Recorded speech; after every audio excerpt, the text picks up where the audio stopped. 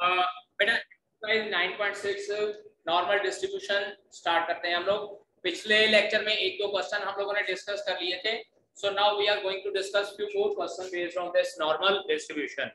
ठीक है जी।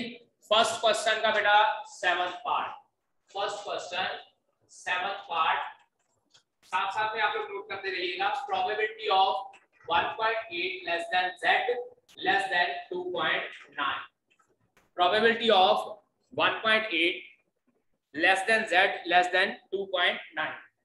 बेटा ये z1 और ये z2 हो जाएगा, इसको f फॉर्म में लिखना है तो fz2 माइनस fz1 हो जाएगा, that is f of 2.9 minus f of 1.8। ठीक है जी। तो f ऑफ 2.9 की वैल्यू बेटा देखते हैं, हमारे पास आती है 0.9981 माइनस f ऑफ 1.8 की वैल्यू बेटा आती है 0.9641, और जब दोनों को माइनस करेंगे हमारे पास आता है 0.034। ठीक है जी। इसके बाद next 8th part, simple values है बेटा, पीछे से आप टेबल से वैल्यू देख सकते हो, और उसके बाद सिंपल कैलकुलेशन है प्लस या माइनस की। ठीक है, आप लोग साथ में पीछे टेबल की वैल्यू निकाल के रख लीजिए, क्योंकि स्टेटमेंट मैं यहाँ पे लिखता रहूंगा। Probability of -3.01 less than z less then -1.38। तो अब बेटा इसको इस तरह से लिख सकते हैं, f of z2 -1.38 minus f of -3.01। अब बेटा इसके लिए अब f ऑफ माइनस है, दो तरीके, या तो नेगेटिव वाला टेबल देख लीजिए जहां पे आपकी नेगेटिव की वैल्यूज है, वहां से -1.38 की वैल्यू देख सकते हैं और f ऑफ -3.01 की वैल्यू देख सकते हैं। या दूसरा तरीका जो प्रॉपर्टी बताई थी, इसको 1 माइनस f ऑफ 1.38 लिख सकते हैं, and this can be written as 1 minus f of 3.01। Choice is yours कि you want to see the negative value from the table, और उनको आप इस तरह से 1 माइनस कन्वर्ट करके पॉजिटिव कन्वर्ट करना चाहते हैं। प्लस का 1 माइनस का 1 कैंसिल आउट हो जाएगा, this will be plus f of 3.01 minus f of 1.38। ठीक है, टेबल से f ऑफ 3.01 की वैल्यू चेक करते हैं, it will come out to be 0.9987 minus second value is 0.9162, और दोनों को जब सब्ट्रैक्ट करेंगे it will come out to be 0.0825। ठीक है जी। Okay students, now see here students, in the second question यहां में बेटा कैपिटल X दिया हुआ रैंडम वेरिएबल। अब नॉर्मल डिस्ट्रीब्यूशन के लिए बेटा मैंने आपको पहले भी बताया कि जो रैंडम वेरिएबल है उसको कैपिटल X की बजाय कैपिटल Z में कन्वर्ट करना पड़ता है। ठीक है जी। अब यहाँ वैल्यू हम लोगों को कैपिटल X की दी हुई है, देखिए यहाँ पर किस तरह से करना है। Second question first part, probability of capital X less than 15, probability of capital X less than 15।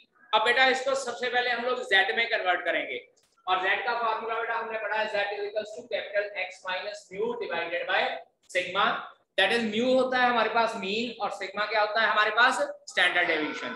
अब इस क्वेश्चन में देखिए मीन की वैल्यू 12 गिवन है, माइनस का 12, सिग्मा की वैल्यू बेटा हम लोग को गिवन है 3, और बेटा कैपिटल X की वैल्यू वो पुट करनी है जो यहाँ पे हम लोग को फाइंड आउट करने को कही है। So we will put here 15 minus 12 over 3, answer क्या आता है हमारे पास 1, therefore we need to find out probability of Z less than 1, और probability of Z less than 1 means simple सी बात है, it can be written as f of 1, और आप पीछे टेबल से f of 1 की वैल्यू चेक कर सकते हैं 0.8413। समझ लगी बेटा? जहां पर Z की फॉर्म में गिवन होगा वहां पर आप डायरेक्ट टेबल फाइंड आउट करेंगे, और जहां पर X की फॉर्म में गिवन होगा तो firstly you need to convert that X into Z form. अब इसका फिफ्थ पार्ट देखिए, यहाँ पर मैं फिफ्थ पार्ट करूंगा, बाकी तो सिंपल है। Fifth part is probability of 12 less than X less than 21। अब बेटा इसमें देखिए दो वैल्यूज गिवन है, अब इन्हीं दो वैल्यूज के अकॉर्डिंगली हम लोगों ने Z की भी दो वैल्यूज निकालनी है। एक Z की पहली वैल्यू यहाँ से आएगी जिसमें हम लोग कैपिटल X को 12 पुट करेंगे, और एक Z की वैल्यू यहाँ से आएगी जिसमें हम लोग कैपिटल X को 21 पुट करेंगे। तो यहाँ पर मैं लिख देता हूँ here, first we will find out Z1, that is 12 minus 12 over 3, 0 हो जाएगा और Z2 क्या हो जाएगा 21 - 12/3 इट विल बी 3। तो ये Z की फॉर्म में प्रोबेबिलिटी क्या हो जाएगी 0 less than Z less than 3 और we can say that f of 3 minus f of 0 और f of 0 मैंने आपको पहले भी बताया बिल्कुल मिडल वाली टर्म होती है उसकी वैल्यू 0.5 होती है। सो यहाँ पे तो 0.5 हो जाएगी और f of 3 चेक कीजिए बेटा क्या वैल्यू है f of 3 की 0.9986 ठीक है जी इट इज 0.9986 और जब इसको सब्ट्रैक्ट किया 0.4986 will be your answer for this question. Okay, ठीक है बेटा। Now in question number 3, अब बेटा क्वेश्चन नंबर 3 में देखिए लिखा हुआ है area to the left of z given z is a standard normal distribution find z for each of the following। Capital z की वैल्यू फाइंड आउट करनी है मींस अभी तक हम लोग जो ये f of z find out कर रहे थे ये चीज हम लोगों ने फाइंड आउट करनी है। ये जो z है इसकी वैल्यू हम लोगों को गिवन नहीं है लेकिन एग्जैक्ट फंक्शन की वैल्यू जो है हमारे पास गिवन है। अब अगर इसी तरह से फर्स्ट पार्ट की बात करें अब देखिए यहाँ पे स्पेशली लिखा हुआ है area to the left of z is 0.9750। Diagram पहले बना के आपको समझा देता हूँ। See here I don't know कि ये z कहाँ पर है मुझे नहीं पता z कहाँ पर है। लेट अस कंसीडर z यहाँ पर है। अगर आप यहाँ कंसीडर करना चाहते हो तो ये भी कंसीडर कर सकते हो। We need to find out this value ठीक है। अब मैंने आपको ये कहा कि मुझे नहीं पता कि z की वैल्यू कहाँ पर है लेकिन जो वैल्यू आपको गिवन है कितनी वैल्यू गिवन है 0.9750 तो यहाँ से थोड़ा सा आइडिया हो जाता है कि हमारा z जो है मिडल पार्ट से राइट हैंड साइड पे है या मिडल पार्ट पे लेफ्ट हैंड साइड पे है। मिडल पार्ट कितनी वैल्यू है 0.5 अब इसकी वैल्यू 0.97 है तो इसका मतलब z जो है इस साइड पे होगा।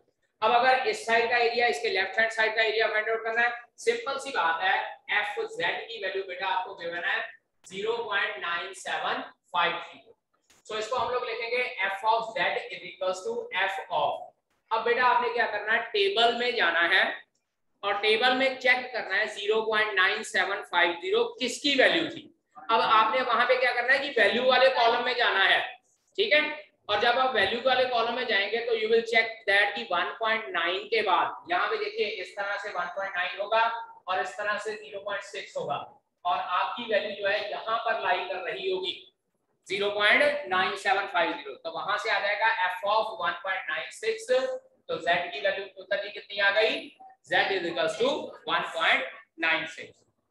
यहाँ पे हम लोग जो है random variable z find out करना है प्रोबेबिलिटी ऑलरेडी हम लोगों को गिवन है ठीक है पुत्र जी। चलिए अब बात करते हैं हम लोग फिफ्थ पार्ट की। Now let us talk about fifth part. Now in this fifth part, third question, fifth part, given that area between minus z and z, area between minus z and z is given by 0.9030. Area between given है। अब अगर area between given है यानी कि probability of minus z less than z ये हम लोगों को गिवन है 0.9030। अब बेटा इसको हम लोग कैसे लिखते होते हैं f of z minus f of minus z। अब देखिएगा यहाँ पर थोड़ी सी आपके लिए प्रॉब्लम आएगी। पिछले क्वेश्चंस में मैं कहता रहा हूँ कि आप लोग यहाँ पर डायरेक्टली माइनस की वैल्यू फाइंड आउट कर सकते हैं वो आपके पास क्या आ जाएगी accordingly you can find out. अब यहाँ पे अगर आप लोगों ने करना है f of minus z क्या लिखेंगे हम लोग f of z minus 1 minus f of z। अब यहाँ पे बेटा ये 1 minus f of z लिखना पड़ेगा क्योंकि जब आप वैल्यू फाइंड आउट करोगे ये वैल्यू जो टेबल से है वो नेगेटिव में आएगी आपकी लेकिन नेगेटिव में वैल्यू तो हम लोगों को पता ही नहीं है ये क्या है वैल्यू हम लोगों को पता ही नहीं है क्या है तो हम लोगों को ये दोनों z सेम करने के लिए यहाँ पर ये प्रॉपर्टी लगानी कंपल्सरी हो जाएगी कि 1 minus f of z करना है मुझे ठीक है। अब जब इसको सॉल्व करेंगे ये आ जाएगा 2 time f of z minus 1 is equals to 0.9030 solve करेंगे तो 2 time f of z is equals to 1.9030 1 उधर जाकर ऐड हो जाएगा और जब हम लोग f of z करेंगे, इसको 2 से डिवाइड करेंगे बेटा, it will come out to be 0.9515। Check कीजिए जरा, 0.9515 आता है। और अब टेबल से आप लोगों ने वैल्यू फाइंड आउट करनी है कि 0.9515 किसकी वैल्यू थी, and you can see that ये वैल्यू 1.66 की थी। चेक कीजिए 1.66 की वैल्यू है, so we can say that z is equals to 1.66 in this case। ठीक है बेटा। सो इसके बाकी के क्वेश्चन इस तरह के जो बाकी के पार्ट्स है, you can try yourself. Now I am going to discuss fourth question. Now let us discuss fourth question from this exercise. For a certain type of laptops and charging time of batteries is normally distributed with mean। normally distributed है बेटा, और mean हम लोगों को given है 50। सबसे पहले value देख लेते हैं जो given है। mean is equals to 50 and standard deviation बेटा given है 15 hours। standard deviation 15 hours given है। Utkarsh has one of these laptops, find the probability that the charging time of battery will be between 50 and 70। 50 और 70 के बीच में। और ये हमारे पास क्या है, 50 और 70 के बीच में फाइंड आउट करने के लिए बेटा पहले ध्यान दीजिए, हम लोगों को जो ये गिवन है x की वैल्यू गिवन है, प्रोबेबिलिटी ऑफ x की वैल्यू गिवन है बेटा, f is probability of 50 less than x less than 70।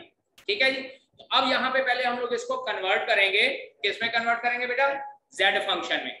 और जब z फंक्शन में कन्वर्ट करेंगे, सो z पहले फाइंड आउट करते हैं। z1 is equals to mean x minus mean divided by standard deviation 0 आ गया। z2 हमारे पास क्या आ जाएगा, 70 minus 50 divided by 15। ये आता है 20/15।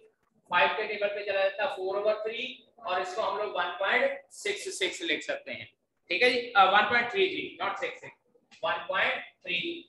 तो इसका मतलब we need to find out probability of 0 less than z less than 1.33।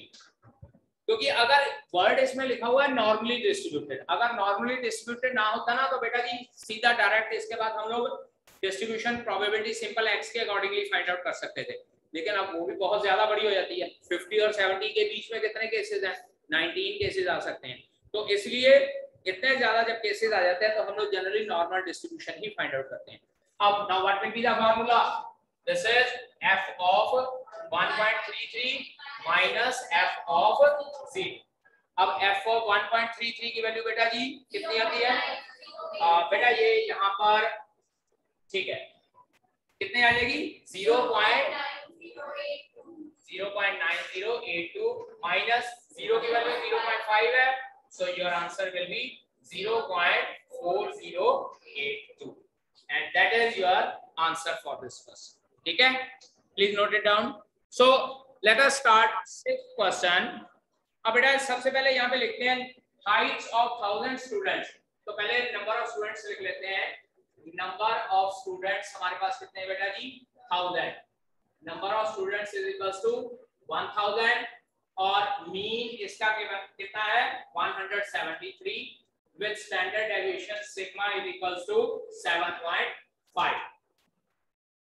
अब 3 केस हैं, different case। first case is how many students have height greater than 183। पहला केस बेटा probability of capital X greater than 183। greater than 183 X की value given है, so we need to find out the value of Z। तो पहले Z की value find out करनी है, तो बेटा क्या आएगा, Z is equals to 183 minus 173 over 7.5। यह आ जाता है 10 over 7.5 और you can say that Z is equals to 100 over 75।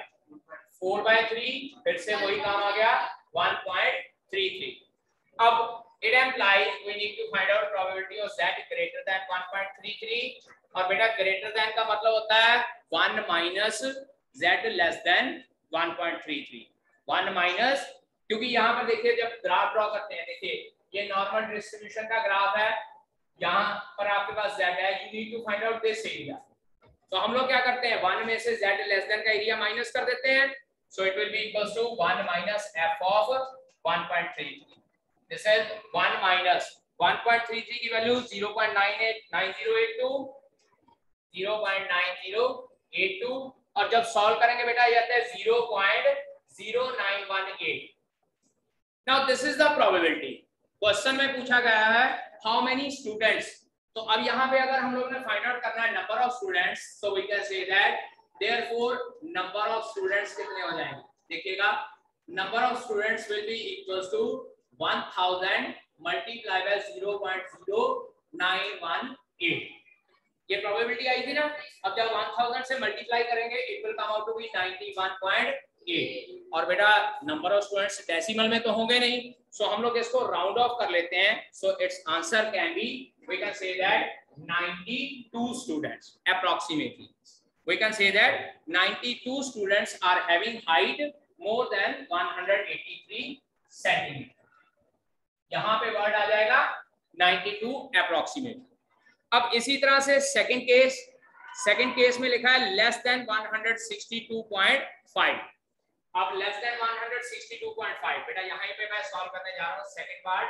अब की बार x लेस देन 162.5, तो सारे का सारा हम लोग सॉल्व करते हैं। पहले z फंक्शन फाइंड आउट करना है। z आ जाता है आपके पास 162.5 माइनस 173 डिवाइडेड बाय 7.5, और इसको जब सॉल्व करेंगे माइनस का 10.5 डिवाइडेड बाय 7.5 आता है, यानी कि 105/75। डेसिमल रिमूव करते हैं और इसको सॉल्व करते हैं तो माइनस 7/5 आता है। सो z की वैल्यू माइनस 1.4 आती है। चेक कीजिए, minus 7 divided by 5 is 1.4 minus का। तो अब यहाँ से therefore probability of z less then minus 1.4, यानी कि f ऑफ माइनस 1.4। चेक कीजिए what will be the value of f of minus 1.4। Negative side वाला टेबल, यहाँ क्या करेंगे 1 माइनस fz। फाइंड आउट कीजिए क्या वैल्यू है 0.0808। So it will be equals to 0.0808। ये आई प्रोबेबिलिटी। तो उसके बाद number of student find out करने हैं, तो अब की बार 1000 के साथ हम लोग किसको मल्टीप्लाई करेंगे 0.0808, और जब ये आएगा तो इट विल बी 80.8, और we can say that 81 students approximately, यानी कि अप्रोक्सीमेटली 81 स्टूडेंट्स हैं जिनकी हाइट लेस देन 162.5 होगी। ठीक है, ठीक है स्टूडेंट्स। अब इसके बाद बात करते हैं थर्ड वन।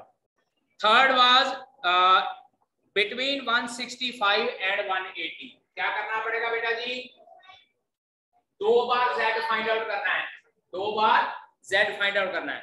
नाउ बिटवीन 165, इसको ऐसे लिखेंगे 165 less than x less than 180। ठीक है, चलिए z1 फाइंड आउट करते हैं। वो होता है 165 माइनस 173 ओवर 7.5 माइनस 8 ओवर 7.5, और माइनस 8 ओवर 7.5 बेटा जब सॉल्व करेंगे ये माइनस का 1.07 आता है अप्रोक्सीमेटली। ठीक है, और उसके बाद z2 180 माइनस 173 डिवाइडेड बाय 7.5, ये आ जाता है 7 over 7.5, and it will be equals to approximately 0.93. So your probability will be minus 1.07 less than z less than 0.93, that is f of 0.93 minus f of minus 1.07. बेटा f of 0.93 0.8238 minus इसकी value निकालिए बेटा कितनी है 0.1423 है, सो it will B 0.1423, और जब इन दोनों को सब्ट्रैक्ट करते हैं तो ये आता है 0.6815, और फिर से number of students find out करने हैं। सो नंबर ऑफ स्टूडेंट्स क्या हो जाएगा बेटा आपके पास 1000 मल्टीप्लाई बाय 0.6815, यानी कि 681.5, और you can say that 682 students approximately. 682 students approximately will be your answer. ठीक है। Now 9th question बेटा, the test scores of university entrance tests are normally distributed with mean is equals to 500, mean हम लोग को 500 given है and standard deviation is equals to 100 marks. Standard deviation बेटा 100 marks है। अब इसके बाद इसमें ये कहा गया a student can get admission if he score more marks better than 70% of the students. मतलब 70% मार्क्स स्टूडेंट के नहीं आने चाहिए। स्टूडेंट को एडमिशन तभी मिलेगी अगर जितने भी नंबर ऑफ स्टूडेंट्स हैं उसमें से 70% स्टूडेंट से उसके मार्क्स ज्यादा आए होंगे, only then he will get the admission. मतलब यू कैन से दैट कि टॉप 30%, टॉप ऑफ 30% स्टूडेंट, तो उसको एडमिशन मिलेगी। Now the student is selected at random and known to have a score of 585. ठीक है जी। Student score 585 marks. स्टूडेंट ने 585 marks score किए। We need to check find whether the student will get admission in the university or not. हम लोग को ये check करना है कि स्टूडेंट के जो ये 585 मार्क्स आए हैं ये उसके मार्क्स सफिशिएंट हैं उसको एडमिशन दिलाने के लिए। अब इसको हम लोगों ने किस तरह से चेक करना है? हम लोग क्या करते हैं कि probability of students find out कर लेते हैं जिनके नंबर 585 से कम आए हैं, 585 से कम आए हैं। और अगर ये प्रोबेबिलिटी 70% से ज्यादा हुई तो इसका मतलब क्या है कि उसके नंबर 70% स्टूडेंट से ज्यादा आए हैं। और अगर उसके नंबर 70% स्टूडेंट से ज्यादा आए हैं तो इसका मतलब जिस स्टूडेंट के 585 मार्क्स हैं he can get admission in the university। बात समझ लगी मेरी? 585 से लेस देन की प्रोबेबिलिटी फाइंड आउट कर लेते हैं। if this probability is more than 70% then we can say that the student can get admission in the university। so indirectly we need to find out probability of capital X less than 585। और क्योंकि question में कहा गया है कि it is normally distributed तो सबसे पहले बेटा हम लोग z फाइंड आउट करेंगे।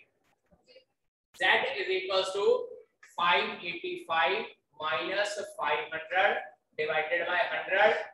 तो z की वैल्यू आ रही है 0.85। आंसर क्या आ रहा है? 0.85। so probability of z less than 0.85 means to say directly f of 0.85 find out करना। कितना आंसर आ रहा है बेटा इसका? 0.8023। और ये प्रोबेबिलिटी हमारे पास 0.8023 आई है। और अगर हम लोग इसको परसेंटेज में कन्वर्ट करना चाहते हैं तो we can say that in percentage हम लोग लिख सकते हैं it employs in percentage answer हमारे पास क्या आ रहा है? 80.23। परसेंटेज में कन्वर्ट करना 100 से मल्टीप्लाई कर देते हैं हम लोग। तो इसका मतलब क्या है कि जो ये स्टूडेंट है 585 मार्क्स से कम स्टूडेंट कितने हैं? 80.23 स्टूडेंट, यानी कि वो 30% तो छोड़ो वो टॉप 20 स्टूडेंट्स में लाई कर रहा है स्टूडेंट। और अगर वो स्टूडेंट टॉप 20 में लाई कर रहा है तो will he get in the admission in the university और नॉट? यस। सो इसके बाद लिखिए that is marks obtained by the student, that is 585 marks obtained by the student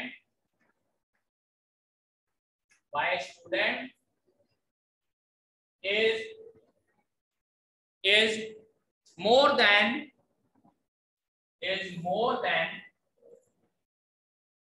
80.23% of students। मतलब जितने स्टूडेंट्स ने टेस्ट किया उसमें से 80.23% स्टूडेंट से उसके नंबर ज्यादा थे। Therefore, according to given condition, the student will get admission in the university। The student will get admission in the university। तो स्टूडेंट जो है यूनिवर्सिटी में एडमिशन ले सकता है। ठीक है जी। So that was all about this exercise of normal distribution। Question 10th, 11th और 12th भी सेम इसी तरीके से हैं। You have to find out the probability। और लास्ट क्वेश्चन जो 12th है उसमें आप लोगों ने x की वैल्यू फाइंड आउट करनी है। जैसे हम लोगों ने थर्ड क्वेश्चन किया था उसमें z फाइंड आउट किया, यहाँ पर हम लोगों ने x फाइंड आउट करना है। सिर्फ ये देख लीजिएगा कि वहां पे हम लोग जो probability capital x less than small x लिखी है उसको बाद में z less then capital x less than x की बजाय z लिखना पड़ेगा वहां पे हम लोगों को। क्या लिखना पड़ेगा, z, ठीक है जी।